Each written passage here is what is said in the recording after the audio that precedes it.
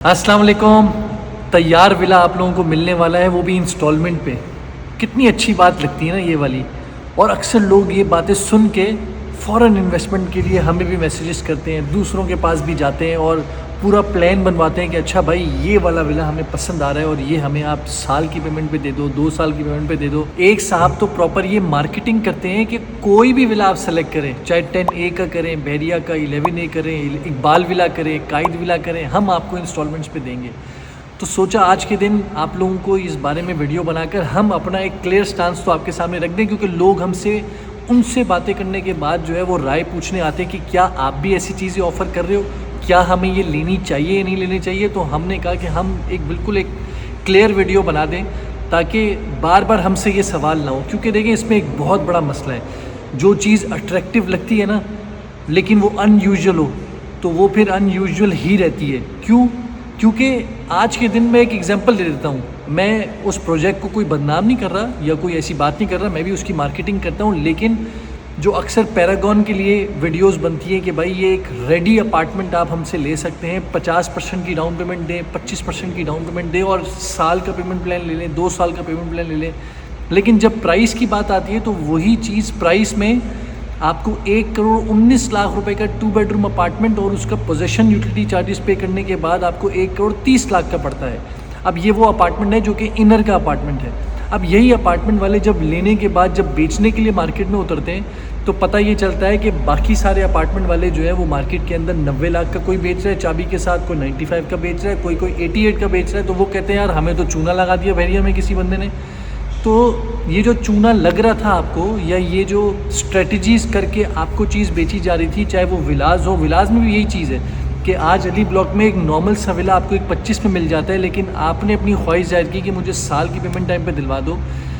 चलो पैरागॉन तो फिर भी एक बिल्डर है ना, वहाँ तो आप ये चीज़ कर सकते हो। लेकिन एक प्राइवेट विलास में आप जब वो चीज़ परचेज़ करते हैं तो आप खुद सोचें ना, विला आपके नाम पर होगा, आप इनिशियल पेमेंट भी दिए बैठे हुए होंगे, आप बेशक वहाँ रिहाइश कर रहे हो, कोई मसले की बात नहीं है, लेकिन आपको जो विला पड़ेगा वो एक 20 की चीज़ वो बंदा उठाकर आपको 1,70 में बेचेगा। और जब 1 साल कंप्लीट होगा और आप कहोगे, क्योंकि इंसान है, प्लान चेंज होते रहते हैं, और वो कहेगा यार मेरा विला बेच दो, तो वो वापस से 1,20 की रेट पे खड़ा हुआ होगा तो फिर कहेगा हाय भेड़िया के ब्रोकर ने मेरे साथ फ्रॉड कर दिया।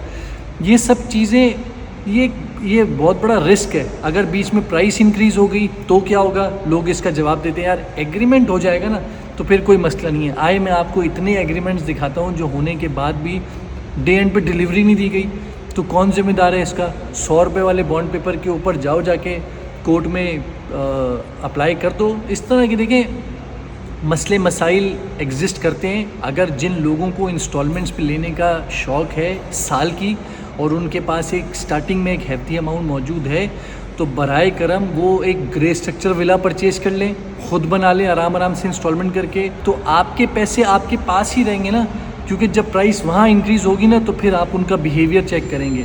लोग यहाँ पर 15 दिन की डील होती है तो लोग जो है वो ऐसे होते हैं कि भाई जल्दी से पेमेंट करो नहीं तो कुछ हो जाएगा तो हम रेट बढ़ा देंगे, या ये पता नहीं क्या क्या बातें होती हैं। तो 1 साल की पेमेंट पर जिम्मेदारी कौन लेगा? ब्रोकर, जिसको आपने लाख रुपए का कमीशन दिया, 1.5 लाख का कमीशन दिया, वो आपकी उस करोड़ की पेमेंट की जिम्मेदारी लेगा।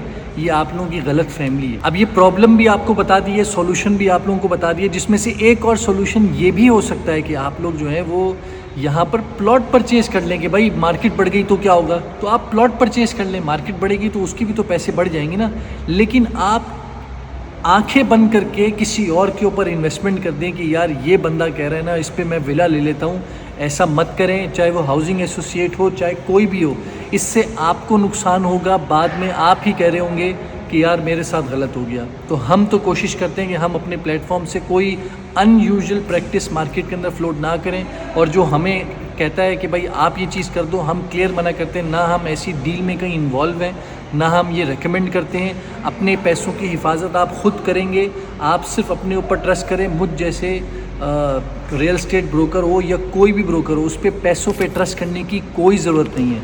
खैर बाकी आपकी मर्ज़ी है, आप ज़्यादा समझदार हैं, आपने पैसे कमाए तो ज़ाहिर है समझदारी से ही कमाए होंगे, तो आप मुझसे बेहतर चीज़ों को समझते हैं। अगर आपको फिर भी लगे तो आप कर सकते हैं, वो आपकी मर्ज़ी है। अपना बहुत बहुत ख्याल रखिए। नीचे दिए हुए चैनल को सब्सक्राइब करें। खुदा हाफ़िज़।